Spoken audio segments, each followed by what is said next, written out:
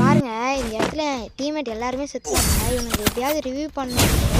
சுற்றி எனிமி இந்த எனிமிக்கிட்ட எப்படியாவது நான் ரிவ்யூ பண்ணோன்ட்டு வந்தேன். என்கிட்ட டோக்கனும் இல்லை.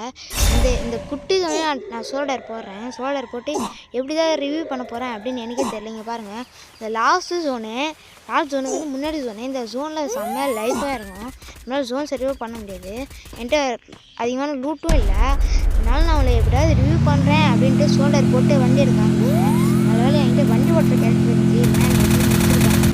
வண்டி ஓட்டுற கேரக்டர் இருக்கவே நான் ஏதோ கொஞ்சம் தப்பிச்சுட்டேன்.